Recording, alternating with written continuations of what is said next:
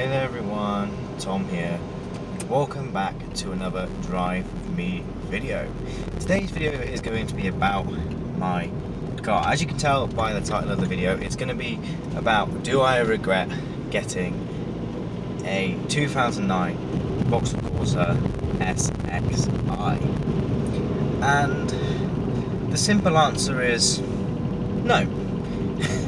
Because the car has been nothing but good, apart from, well,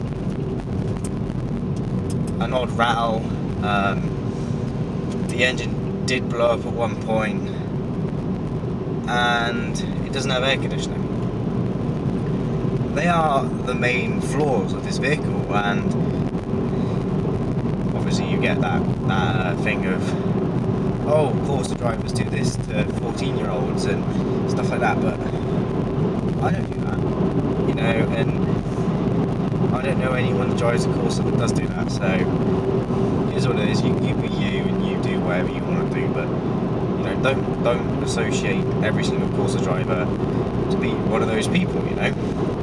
So I want to go through the pros and cons of the car, to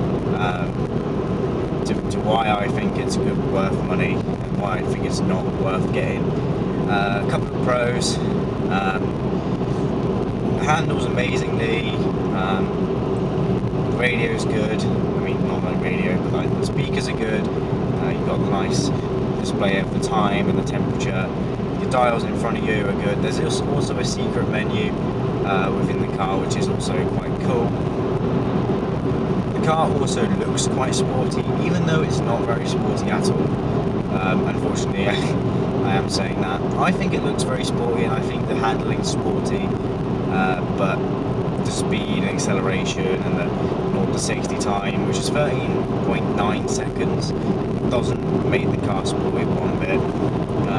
The car also does sound very nice for a 1.2 litre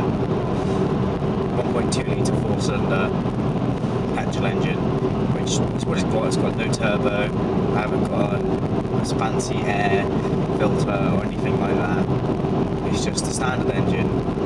The only thing I've done to this car is put window deflectors on it and little blind spot mirrors, which I don't need the blind spot mirrors anymore, but I have them there anyway.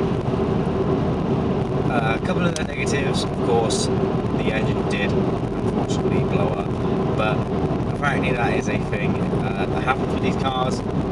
So if you're worried about reliability, I'd say don't get one. Of course, that's a fluke kind of thing. It could not happen to your car. It could have just been that engine.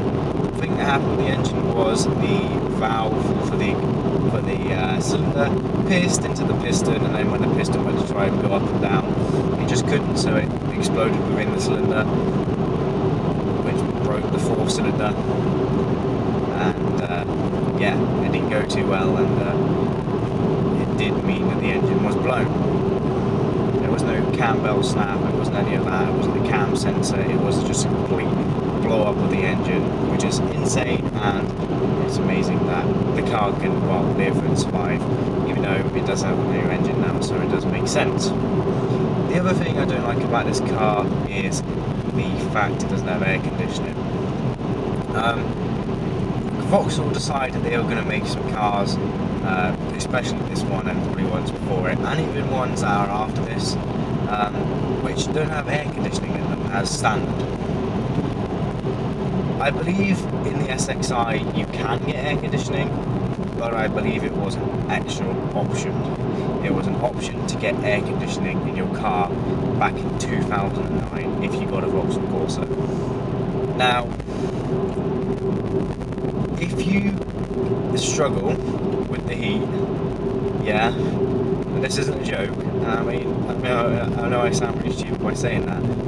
If you struggle in the heat, yeah, like 20 degrees, I know that doesn't sound like a lot for most countries, for some countries, but in England, if you struggle with the heat, do not buy a car without air conditioning. Make sure it has AC. And that's coming from someone that also struggles with the heat. I struggle with the heat lots, and last couple of days it's been 20, well, it's been 32 degrees, it was 34 degrees the other day, and let's just say it's really not fun to drive a car without air conditioning in 30-degree heat. And I will tell you that as a fact, and I will never tell you it's good to drive in the heat without air conditioning. And I have not driven much because of that fact, that it's been so hot and it's just not good for me to drive in the heat in this car. The car appears to be being very loud right now.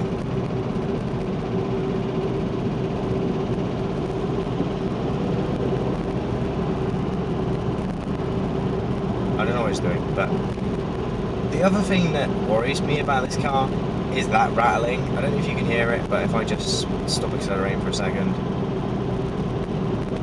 That rattling in the engine. So I've actually gone to see a mechanic, and he said that it's normal for the Corsas to do that, and the cars of this age to rattle like that. He just said to me to make sure the coolant and the oil and the brake fluid and the windscreen washer fluid is always topped up, because sometimes they can have leaks and malfunctions in these cars, not necessarily leaks within coolant or oil. I'm talking about the windscreen washer fluid when I say leaks. And what I will tell you is, ever since the engine blew up, I haven't gone much more than 50 mile an hour on many roads, apart from B-road bashes, which I do kind of push the car, and I'm trying not to push the car now because it's doing a weird rattle. I kind of want to get home today, not tomorrow. So, yeah. I'm glad I have this camera just in case anything does happen, because I'm doing 40 mile an hour right now. And I'm hoping it doesn't blow up or anything like that. Hopefully I do get home safely and the car makes it as well. Ever since the engine blew up, I've had that mindset of, oh, it's just going to blow up again, and I can't push it too hard, and I can't take it very far. And I've just wanted a new car ever since that's happened. But if I'm honest with you, there's nothing wrong with a Corsa, there's nothing wrong with this car. The only thing I really have to say that's wrong with it is the fact it doesn't have air conditioning, and maybe it doesn't have cruise control, because you can get Corsas with cruise control, and it just isn't in this car. The other thing I think they should have is 6 gears. If you do 60 or 70, well, especially if you do 60, it's at 30,000 RPM on my thing here.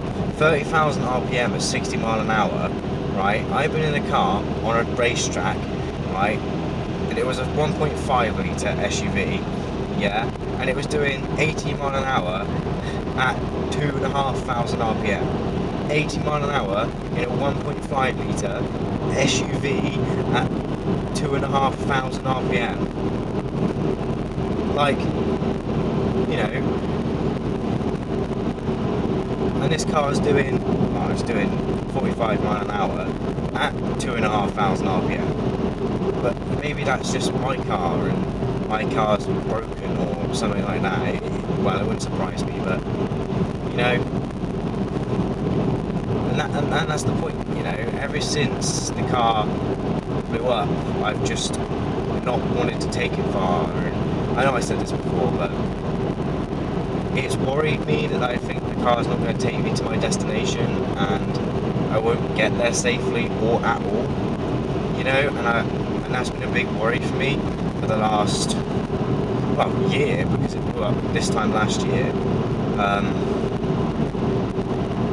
Obviously I wasn't really paying attention to oil level or coolant level or anything like that last year, which I probably should have been, actually definitely should have been. But to my knowledge, nothing was wrong with the car, and, you know, okay. So I'm just going to stop ranting on about it, because I repeat it in all my videos and I say it all the time. But if you're buying your first car, or your parents are buying your first car, or anything like that, if your parents get you a Corsa, or the only much money you can buy is a Corsa from 2009. Do I think it's a bad car? No. I think the handling is good, I think the power to weight ratio is good, I think that the weight distribution is good, I think the speakers are good, I think the styling is good. Do I regret buying one? No. But I wish I bought one with air conditioning. Would I prefer to get a different car if I had the choice? I don't know. I was going to say yes, but for someone who's just started driving, and this car was like 3,250 quid, which is ridiculous, you know, considering it blew up, well, not even a year after I bought it. I got it, I mean, you know, and I feel like it's going to blow up again. Like right now,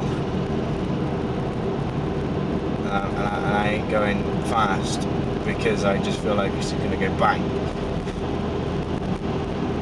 and that's a real worry for me about this particular car. This is my car I'm talking about now, not if you get a Corsa, not if you have a Corsa.